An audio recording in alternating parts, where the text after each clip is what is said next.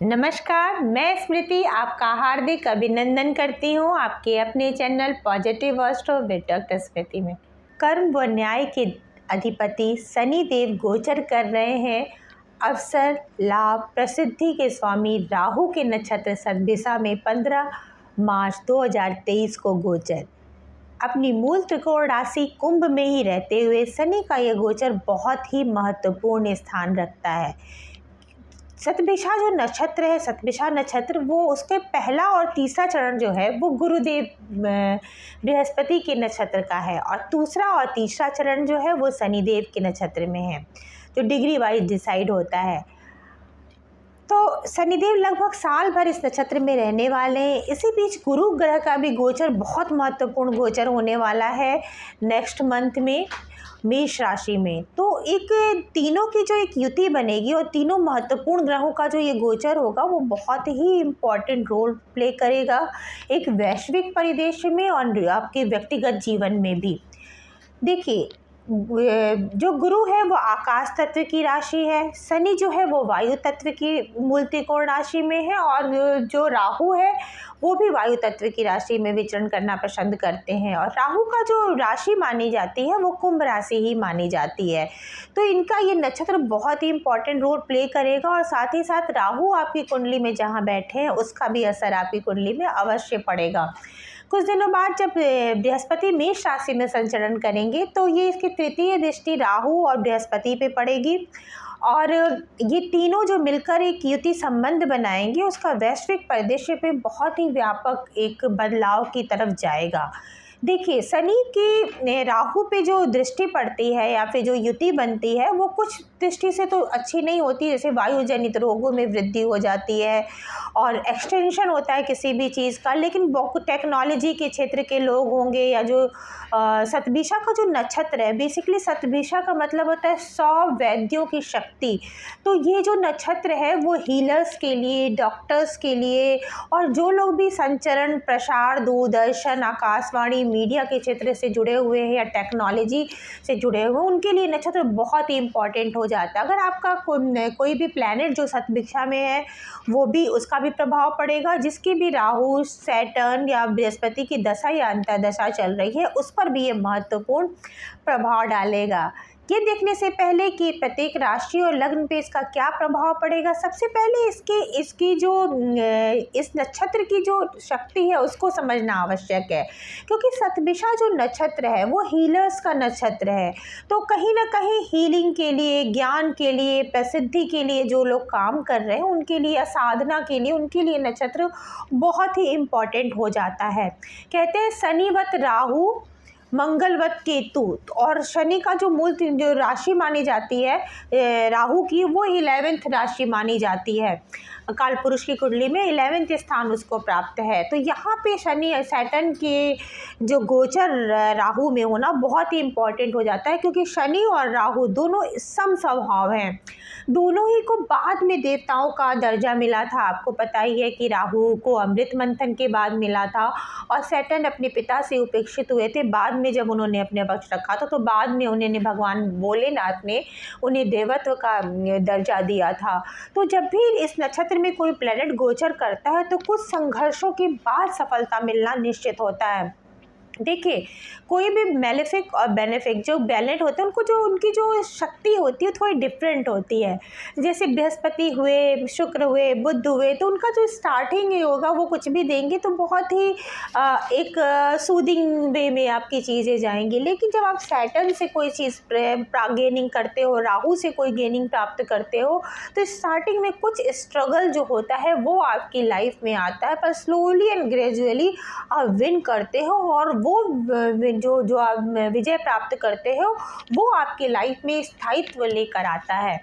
तो ये सारे जो नक्षत्र परिवर्तन हो रहे हैं, देखते हैं क्या असर हो रहा है प्रत्येक राशि और लग्न वालों के लिए। देखिए, जब भी गोचर का कोई भी फल देखिए अपनी राशि और लग्न दोनों के अकॉर्डिंग देखिए, क्योंकि राशि में बताती है वो है जो आपकी मनोस्थिति को इंडिकेट करता है और लग्न वो है जो आपके बाह्य वातावरण को, और हम जब भी कोई एक्ट करते हैं तो हमारी मानसिक स्थिति और बाह्य वातावरण दोनों से कोऑर्डिनेट करके करते हैं। तो अपनी राशि और अपने असेंडेंट लग्न दोनों के अकॉर्डिंग आप गोचर का फल देखने से पहले चलिए चलते हैं सबसे पहले कालपुरुष कुंडली की पहली राशि और लग्न मेष वालों के लिए कैसा होगा शनि का शतभिषा नक्षत्र में गोचर।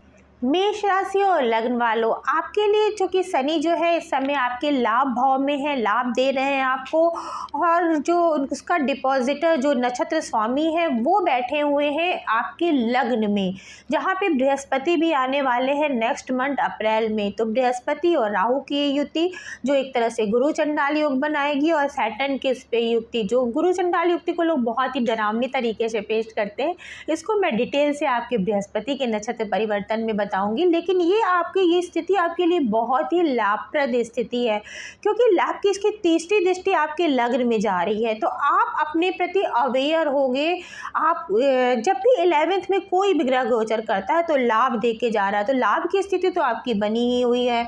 जब सैटर्न अस्त हुए थे तो लाभ में थोड़ी कमी आई थी। फिर जो मैंने पिछला वीडियो आप मेरा देख सकते हैं कि जब सैटर्न अराइज हुए थे तो आपके लाभ में तेजी हुई थी, लेकिन वो उनका नक्षत्र परिवर्तन आपके लाभ को और ज़्यादा इन्हेंस करेगा और ज़्यादा बढ़ाएगा, क्योंकि सैटर्न यहाँ पे इस नक्षत्र में पूरी तरह से कंफर्ट है, क्योंकि उनके मित्र ग्रह की राशि में है ये गोचर। और चूँकि आपके पहले घर में राहु और बृहस्पति जब भी आ जाएंगे, अभी तो आपके जुपिटर जो है आपके 12th भाव में चल रहे हैं, नेक्स्ट मंथ से जब आपके यहाँ आएंगे तो आपके ज्ञान में वृद्धि होगी, और धीरे धीरे जो है आप खुद के प्रति और ज़्यादा अवेयर होगे, और अपने प्रति जो आपकी कुछ दुविधाएं चल रही हैं, धीरे धीरे जब सैटर्न और राहु की डिग्री जब दूर होती जाएगी, क्योंकि आपको पता ही राहु पीछे चलता है, तो वो आपके 12th भाव में आता जाएगा, और तब जो है आपकी जो दुविधाएं होंगी धीरे धीरे और दूर होती चली जाएंगी, और तब जो विदेश से जुड़े लोग हैं उसको उसका विशेष लाभ मिलेगा।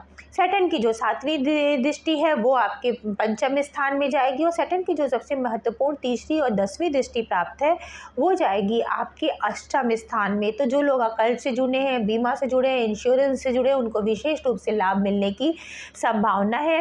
और एक चीज़ और भी है कि तीसरी जो दृष्टि होती है सैटर्न की और 10वीं, वो आपको एक डिसिप्लिन मानती है। जहाँ पे आपकी 3rd दृष्टि सैटर्न की जाए, जहाँ भी आपकी 10th दृष्टि जाए, वो आपसे उम्मीद करती है मोर डिसिप्लिन होने की, क्योंकि और राहु जहाँ का डिपॉजिटर बैठा हुआ है, तो निश्चित बात है जो नेम और फेम की आप उम्मीद कर रहे थे बहुत दिनों से, वो होने का समय है। लेकिन थोड़ा सा आपको संभल के भी रहने की ज़रूरत है, क्योंकि अग्नि तत्व मेष में है आपका राहु, अग्नि तत्व की राशि में जब इस तरह के प्लैनेट जाते हैं या उनकी दृष्टि जाती है, तो थोड़ा सा एग्रेशन आपके अंदर लेके जाती है। तो किसी भी तरह की हड़बड़ी से आप बचिए, हरी में मत रहिए। कोई भी अगर आपको डिसीजन हो रहा है, कोई भी नए अवसर आ रहे हैं, जब आप खुद के प्रति सोच रहे हो तो थोड़ा सा स्पिरिचुअल तरीके से सोचो, तो निश्चित बात है इसका लाभ आपको विशेष रूप से प्राप्त होगा। वृषभ राशि वालों और लग्न वालों आपके लिए जो ये गोचर है, शतभिषा नक्षत्र में जो शनि का प्रवेश है, तो आपका जो डिपॉजिटर बैठा है वो आपके 12th हाउस में राहु आपके बैठे हुए हैं, और आपके जो सैटर्न है वो गोचर कर रहे हैं आपके 10th स्थान या कर्म स्थान से। तो जो लोग भी विदेश से जुड़े चीज़ों में फेम प्राप्त करना चाहते हैं, या फिर उनके वर्क प्लेस में कुछ चेंजेस हो सकते हैं, स्पेशली जो लोग MNCs वगैरह में जुड़े हुए हैं उसको भी कुछ विशेष लाभ उनको मिल सकता है। और फॉरेन ट्रैवलिंग के लिए या फिर शॉर्ट ट्रैवलिंग भी बन सकती है, और फॉरेन करेंसीज से भी जो लोग उनको लाभ मिलने की उम्मीद है। साथ ही साथ आपके जो कर्म स्थान में आपकी जो पावरफुल सिचुएशन आपकी बनी हुई है, आप स्पिरिचुअल तरीके से आगे बढ़ रहे हो। सैटर्न जो है आपके कारक हैं, आपके भाग्येश और आपके कर्मेश दोनों हैं, तो पूरी आपके लिए साल बहुत ही महत्वपूर्ण परिवर्तन लेके आएगा। कार्य क्षेत्र में आपकी वृद्धि होगी, आपके पिता के यश प्रतिष्ठा में, या फिर आप खुद ही बालिग और वयस्क हो तो आपकी यश प्रतिष्ठा में निसंदेह वृद्धि होगी। सैटर्न डिसिप्लिन मान रहा है आपके स्लीपिंग पैटर्न्स में। जो लोग विदेश से नहीं जुड़े हैं वो डिसिप्लिन मांग रहे हैं आपके स्लीपिंग पैटर्न्स में, तो आप उस पर ध्यान रखिए। आपके सोने और जागने की जो टाइमिंग है उसको अगर आपने अपने हिसाब से थोड़ा सा मैनेज कर लिया तो आपका और अच्छा आपके लिए ये समय हो सकता है। तो आप कोशिश करिए कि अपना स्लीपिंग पैटर्न जो है आप थोड़ा सा सुधारिए। फिर आपकी जो 10वीं दृष्टि पड़ रही है सैटर्न की, वो आपके पार्टनरशिप के स्थान पे पड़ रही है। तो जीवन साथी के प्रति एक विशेष अटेंशन की डिमांड हो रही है आपसे, वहाँ पे भी वृद्धि होगी। और जहाँ जो लोग पब्लिक रिलेशन से जुड़े हुए हैं और जिनके वहाँ पे आपकी पब्लिक इमेज भी बहुत अच्छी बनने वाली है, क्योंकि वायु तत्व है, एक्सपेंशन है, तो आपका नेम फेम आपके पार्टनर के साथ आपके संबंध मौजूद हो रहा है। जीवन साथी भी, चूँकि वहाँ पे आपकी जीवन के साथी के साथ भी आपके संबंध मधुर होंगे, लेकिन वहाँ पे भी आपको विशेष अटेंशन डालोगे तब, क्योंकि सैटर्न की दृष्टि आपसे विशेष डिसिप्लिन की डिमांड करती है। अब बारी है कालपुरुष कुंडली की। तीसरी राशि और लग्न मिथुन वालों के लिए कैसा होगा सतभिषा नक्षत्र में इनका गोचर। तो आपके लिए गोचर बहुत ही शुभ स्थिति में जाने वाला है, क्योंकि आप भी वायु तत्व की राशि हो, तो निश्चित बात है एक्सपेंशन होगा आपकी पर्सनालिटी में। आपके भाग्येश हैं शनीश, भाग्येश होकर आपके ये जो डिपॉजिट का जो नक्षत्र स्वामी के डिपॉजिटर है राहु हैं, वो आपके गोचर कर रहे हैं आपके लाभ स्थान में। तो लाभ की स्थिति पूरी तरह से बनी हुई है, और जो थोड़े बहुत काम शनि के अस्त होने पे आपके रुके थे, वो सैटर्न के राइज होने पे गति पकड़ेंगे, और अब बिल्कुल जो 100% आपके कामों में तेजी आने का ये समय आया है। आपको बहुत ही लाभ मिलेगा, आपको प्रसिद्धि मिलेगी, आपके सोशल जो नेटवर्क होंगे वो होंगे। जिन लोगों के काम बहुत दिनों से रुके पड़े हुए थे, शासन सत्ता से जुड़े हुए थे, वो भी होंगे। फ्रेंड सर्कल से भी आपको पूरी तरह से लाभ मिलने की उम्मीद है, और जो इसकी युति संबंध बनेगी वो भी भाग्य स्थान पे बैठे हुए आपके सैटर्न की दृष्टि पड़ेगी लाभ स्थान पे आपके राहु और बृहस्पति में नेक्स्ट मंथ। तो आपके सारे जो बिगड़े हुए काम थे वो बनने शुरू हो जाएंगे, और आप इस अवसर का संपूर्ण लाभ साल भर के लिए आप उठा सकते हो।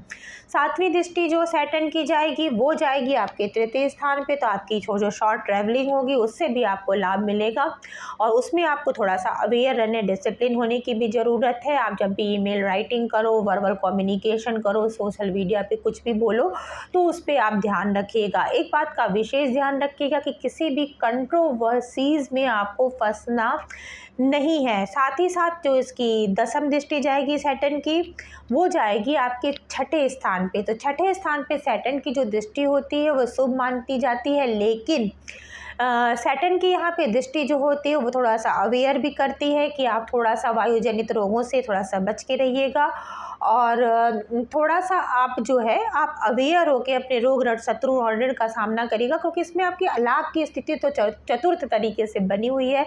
इस अवसर के आपका विशेष रूप से लाभ होगा, स्पेशली जो लोग हीलिंग से जुड़े हुए हैं, मेडिकल प्रोफेशन से जुड़े हुए हैं, मीडिया से जुड़े हुए हैं, और कहीं न कहीं राहु या फिर सैटर्न के प्रोफेशन से जुड़े हैं या फिर जुपिटर के प्रोफेशन से भी जुड़े हैं। उन तीनों को लाभ मिलने की पूर्ण संभावना है। अन्य लोगों पे भी इसका पॉजिटिव असर जरूर पड़ेगा।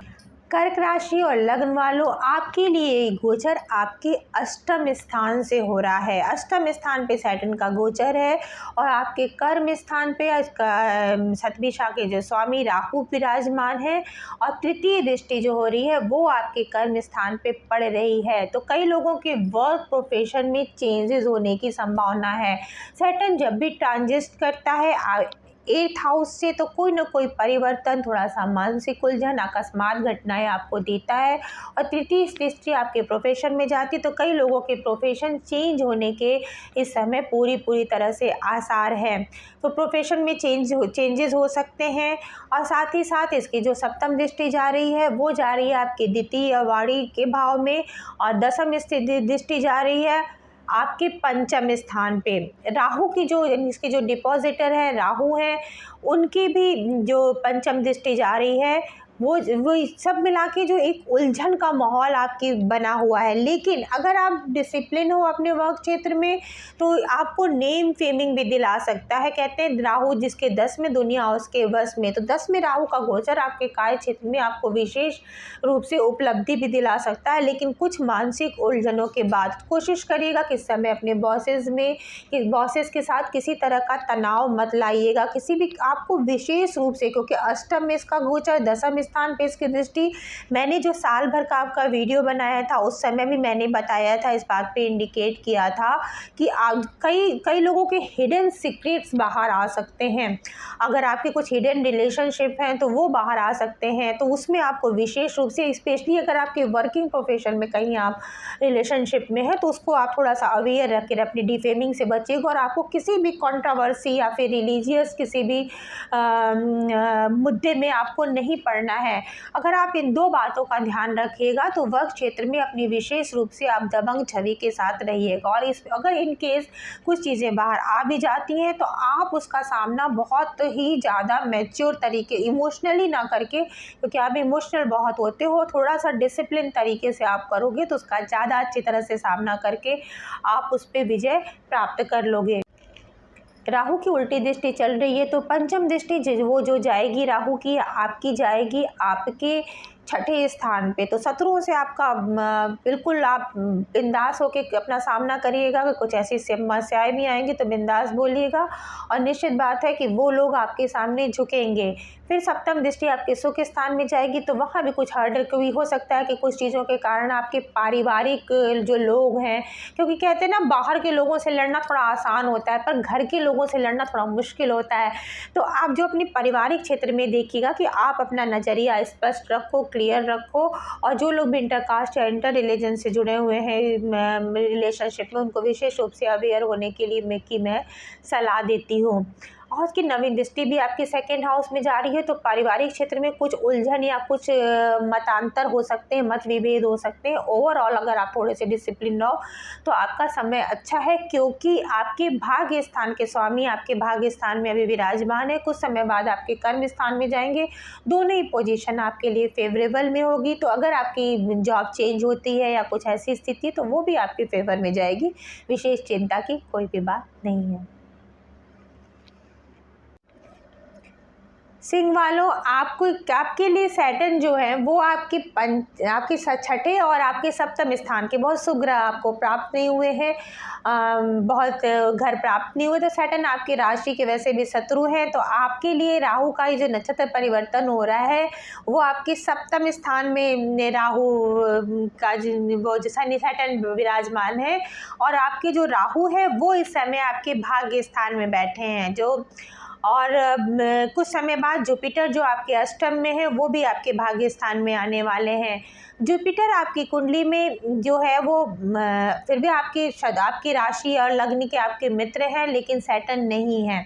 तो आपको ये देखना है, क्योंकि जुपिटर को आपकी मूल त्रिकोण राशि पंचम स्थान का उनको मिला हुआ है, और अष्टम स्थान एक शुभ स्थान और एक अशुभ स्थान मिला हुआ है।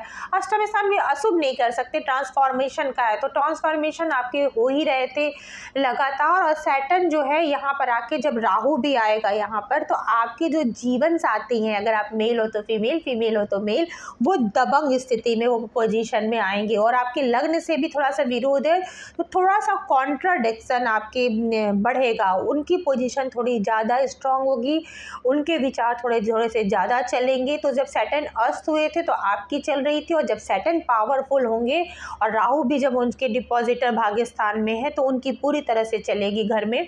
ऐसा नहीं कि वो आपके लिए कुछ निगेटिव ही होगा, लेकिन फिर भी इस बात के लिए आप थोड़ा सा अवेयर रहिएगा।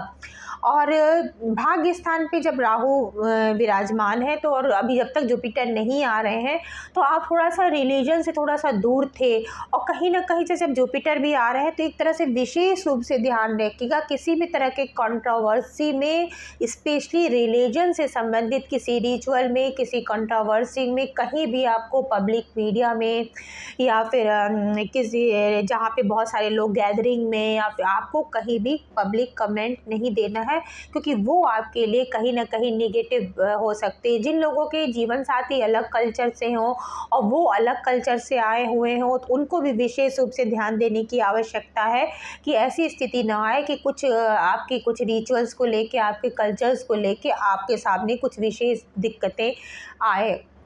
अंत में मैं जो उपाय बताऊंगी उसको आप करिएगा। लेकिन जब बृहस्पति भी आएंगे तो कहीं ना कहीं से राहु जो होता है किसी स्पेशल धर्म या अन्य रिचुअल या फिर अन्य चीज़ों के प्रति आपके अट्रैक्शन बढ़ाता है। जो लोग हायर लर्निंग से जुड़े हुए हैं वो लोग नई नई विद्या या नई नई टेक्नोलॉजी में आगे बढ़ेंगे, वो स्थिति भी आपकी अच्छी रहेगी। सैटर्न की जो तृतीय स्थान पे दृष्टि है वो आपको विशेष रूप से कह रहा है कि आप डिसिप्लिन रहिए, अपने धर्म के प्रति, अपने रिलीजन्स के प्रति आप डिसिप्लिन रहिए, लेकिन रिजिड नहीं होइए। सातवीं दृष्टि आपकी खुद लग्न में पड़ रही है सैटर्न की, और वो जो है आपको कहीं ना कहीं डिसिप्लिन रहने के लिए प्रेरित कर रही है। और आपकी जो 10वीं दृष्टि है वो पड़ रही है आपके चतुर्थ स्थान में। तो घर का माहौल भी थोड़ा थोड़ा कभी कभी टेंस हो जा रहा है, वहाँ पर आपको विशेष रूप से थोड़ा ध्यान रखने की आवश्यकता है कि वहाँ पर। लेकिन अगर जो लोग प्रॉपर्टी खरीदना चाह रहे हैं या फिर उनके लिए एक अच्छी फेवरेबल सिचुएशन है। ओवरऑल आपको थोड़ा सा संभल के सतर्क रहने की ज़रूरत है, क्योंकि ये मारक स्थान भी माना जाता है सप्तम स्थान में। तो वो आप विशेष रूप से अपने स्वास्थ्य के प्रति भी अवेयर रहिएगा। एक चीज़ का विशेष आप ध्यान रखिएगा कि स्वास्थ्य के प्रति आप अवेयर रहिएगा। लेकिन चूंकि राहु यहाँ पे अपने मूल त्रिकोण राशि में सैटर्न है, तो और वो भी पावरफुल सिचुएशन में, तो जो लोग पब्लिक रिलेशनशिप से जुड़े हुए हैं उनके लिए बहुत ही अच्छा समय है। जो लोग भी कहीं ना कहीं सोशल मासेस से जुड़े हुए हैं, सर्विस इंडस्ट्रीज़ में हैं, एनजीओ से जुड़े हुए हैं, लेबर इंडस्ट्रीज से जुड़े, उनके लिए विशेष रूप से बहुत ही लाभकारी, बहुत ही सुखद स्थिति है। उनके नेम फेम में वृद्धि हो रही है। जो लोग नहीं भी जुड़े हैं उनको भी थोड़ा सा जो समाज में जो निचले तबके के लोग हैं, आप जिनकी आप सेवा कर सकते हो, मदद कर सकते हो, वहाँ अपनी सर्विसेज फ्री दीजिए। तो निश्चित बात है कि ये आपके लिए बहुत ही थोड़ा सा फेवरेबल सिचुएशन कर देगा।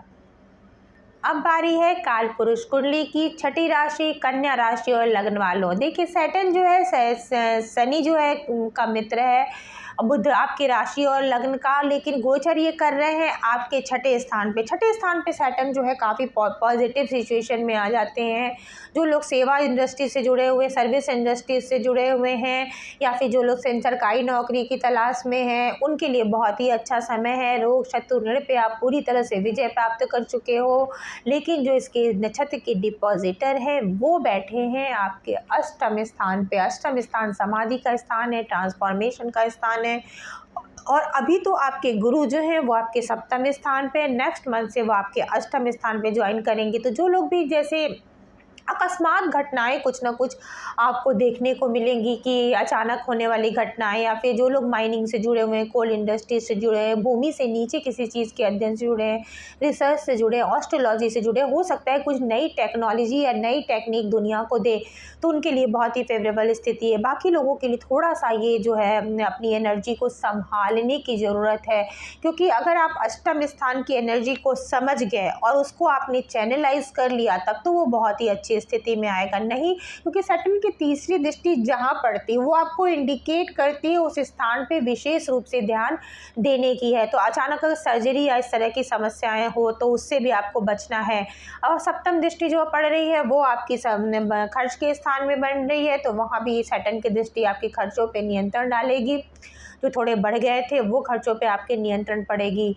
फिर इसकी जो दशम दृष्टि है वो आपके तृतीय स्थान पे जा रही है, तो आपके पराक्रम में वृद्धि होगी। छोटे भाई बहन के विशेष अटेंशन मांग रहे हैं, वहाँ पे अगर थोड़ा सा अटेंशन दोगे तो उनके साथ आपकी रिलेशनशिप बढ़ेंगे। कम्युनिकेशन वर्बल जो टैक्स होगा, टैक्स वाले कम्युनिकेशन होंगे, वो तो उसका स्तर आपका सुधरेगा और कहीं ना कहीं उससे आपको शॉर्ट ट्रैवलिंग वगैरह से लाभ मिलने की भी पूर्ण संभावना है। परंतु आपका जो अष्टम स्थान आपको इंडिकेट कर रहा है स्पिरिचुअलिटी में जाने का।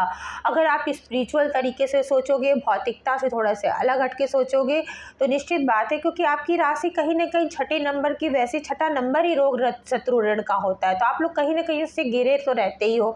सैटर्न यहाँ आके आपको कहीं ना कहीं प्रोटेक्ट करेगा, तो आपके लिए प्रोटेक्टिंग ये जो पूरी जो सिचुएशन बनी है वो काफ़ी प्रोटेक्टर का काम आपके लिए कर रही है। साथ ही साथ सैटर्न आपके पंचम स्थान के स्वामी भी हैं। पंचम स्थान का स्वामी छठे स्थान पे आना कोई बहुत अच्छी स्थिति नहीं कर रहा है, तो अपने बच्चों और खुद के स्वास्थ्य के प्रति आपको थोड़ा सा अवेयर होने की संभावना है। वैसे तो अपने से द्वितीय गया अगर माना जाए पंचम स्थान का स्वामी, तो भावत भाव के हिसाब से कि अपने से द्वितीय में जाना, तो धन भाव के हिसाब से ये अच्छा है। और क्लोज कुटुंब में भी आपकी कुछ अच्छी सिचुएशन आपकी बनी रहेगी। आज के वीडियो में हमने चर्चा की है मेष से लेके कन्या वालों के लिए कि कैसा होगा इसका उपाय। साथ ही साथ मैं बताऊं कि रेमेडीज़ क्या हो सकती है। देखिए, शतभिषा जो नक्षत्र है वो हीलर्स का नक्षत्र है और निश्चित बात है कि जब भी आप हीलिंग चीज़ों से जुड़ोगे तो कुछ ना कुछ दान पुण्य इसमें आप ज़रूर करिए। जो लोग सफाई कर्मी है, राहु इंडिकेट उनको भी करता है, मीडिया को इंडिकेट करता है, मासेस से इंडिकेट करता है। तो आप जो समाज के जो वो लोग हैं जो आपके सेवक वर्ग हैं या श्रमिक वर्ग हैं या फिर कहीं ना कहीं से सफाई कर्मचारी, उनको आप विशेष रूप से दान पुण्य जरूर करिए। इस ग्रह का जो देवता माने जाते हैं वो वरुण देव माने जाते हैं, तो उसकी उपासना भी आपके लिए लाभकारी होगी। सैटर्न के लिए तो हनुमान जी की शरण में आप हो ही।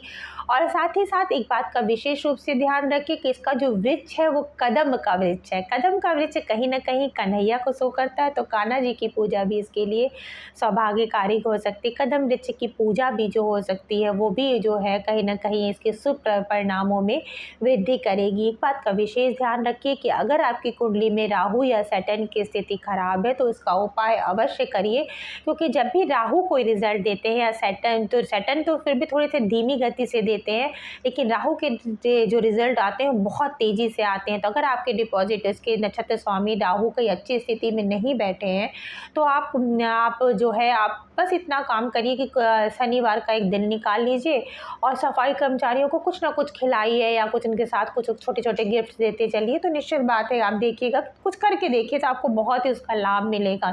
शनिवार को और मंगलवार को पीपल के वृक्ष की पूजा करना और उसमें दिया जलाना भी आप ये जो सामान्य उपचार है वो भी काफ़ी कारगर होता है, आप उसमें कर सकते हो। विशेष रूप से आपको अपने बिहेवियर में इस बात का विशेष रूप से ध्यान रखना है कि अगर आप बॉस हो तो अपने अधीनस्थ कर्मचारियों के साथ आपका वाद व्यवहार बहुत ही डिसेंट होना चाहिए, क्योंकि जो आप करोगे ऊपर से वही चीज़ आपके सामने आएगी। साथ ही साथ जब भी राहु की दृष्टि जुपिटर पे जाती है या फिर राहु के सैटर्न की राहु पे दृष्टि जाती है तो वायु जनित रोग जो होते हैं वो बढ़ जाते हैं, एक्सपेंसेस होता है ना। और जुपिटर पे भी आएगी जब नेक्स्ट मंथ से, तो एक्सपेंशन होगा। तो आप थोड़ा सा प्रिकॉशन लेके चलिएगा कि जब भी आप पब्लिक प्लेस में जाओ या ट्रैवल करो थोड़ा सा मास्क पहन लो या फिर थोड़ा सा हाइजीन का ध्यान लो। और थोड़ा सा अगर मास्क नहीं भी पहन रहे हो तो फिर छोटा जैसे कि घर आया तो अपने सैनिटाइज कर लिया। बात सिर्फ कोरोना की नहीं है, अन्य वायु जनित रोग भी हो सकते हैं, फ्लू या चीज़ें, क्योंकि जो भी रोग होता है बड़ी तेज़ी से फैलता है, एक्सपेंड करता है। तो इस बात का ध्यान रखिएगा। और एक चीज़ का और आप सबको ध्यान रखना है कि ये जो हिडन संबंधों को उजागर करता है, सैटर्न की राहु पे जो दृष्टि होती, तो आप जो है कहीं भी कंट्रोवर्सीज से आपको बचना है। रिलीजियस आपको रिजिडनेस से पूरी तरह से बच के रखना है। और हमेशा, क्योंकि हमारे हिंदू धर्म में फ्लेक्सिबिलिटी का संपूर्ण स्थान है। इस पर बहुत से लोग मेरे विरोधी भी हो सकते हैं, उनकी मैं माफ़ी चाहूँगी, लेकिन आप अपना मत मानिए, दूसरे के मत का भी आदर करिए। मत चाहे वो किसी की भी हो, तो आप अपने विचारों को रखिए, पर दूसरे के विचारों जरूरी नहीं है कि सामने वाला आपके विचार से पूरी तरह से एग्री करे। तो थोड़े फ्लेक्सिबिलिटी का स्थान अवश्य रखेंगे तो यह गोचर आपके लिए अच्छा जाएगा। अन्यथा किसी कंट्रोवर्सीज में जब आप फंसेंगे तो आपका बहुत सारा समय बेकार चला जाएगा। देखते हैं जब भी हम किसी कंट्रोवर्सीज में फंसते हैं या हम रिजिड होते हैं तो बहुत सारी पॉजिटिविटी से हम दूर चले जाते हो, कहीं ना कहीं उसमें से उलझ के हम अपने अच्छे समय का उपयोग नहीं कर पाते। विशेष रूप से शनि जिनकी कुंडली में योग कारक है उनको विशेष रूप से ध्यान देने की आवश्यकता है, क्योंकि सैटर्न इस समय पावरफुल सिचुएशन में है। तो आप कुछ उपाय करके, कुछ रेमेडीज़ करके, अपने बिहेवियर में चेंज करके इस समय को पूरी तरह से अपने फेवर में इस साल को यूज़ करिए, क्योंकि पूरी साल की जो एनर्जी रहेगी बहुत मेन प्लैनेट्स जो हैं उनकी एनर्जी आपके और आपके इर्द गिर्द रहेगा।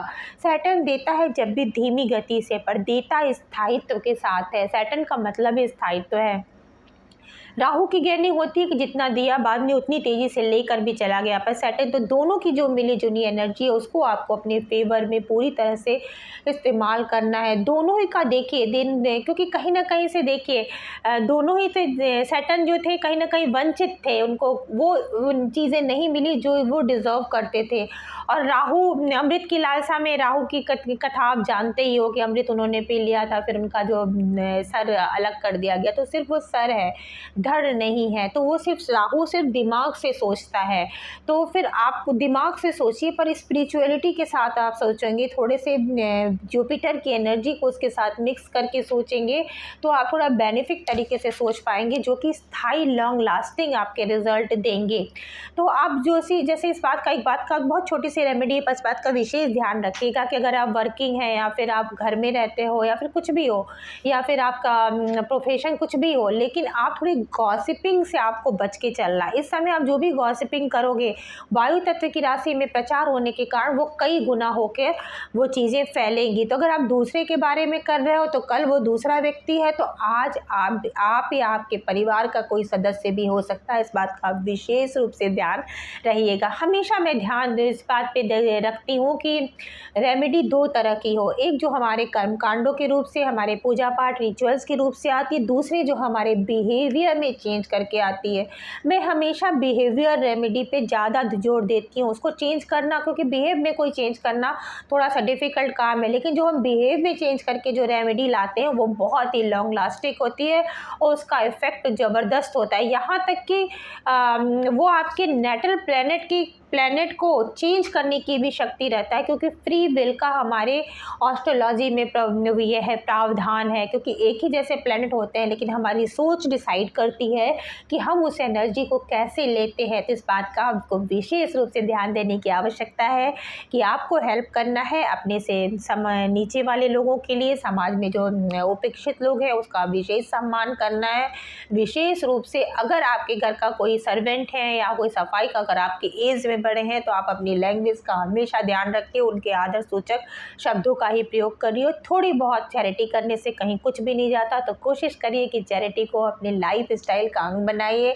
और अगर आपको मेरा ये वीडियो अच्छा लगा तो प्लीज़ लाइक करिएगा, शेयर करिएगा, सब्सक्राइब करिएगा। आपके कमेंट्स का, आपके सुझावों का मुझे बहुत बेसब्री से इंतज़ार रहता है, तो प्लीज़ कमेंट करके ज़रूर बताइएगा कि आपको मेरा वीडियो कैसा लगा।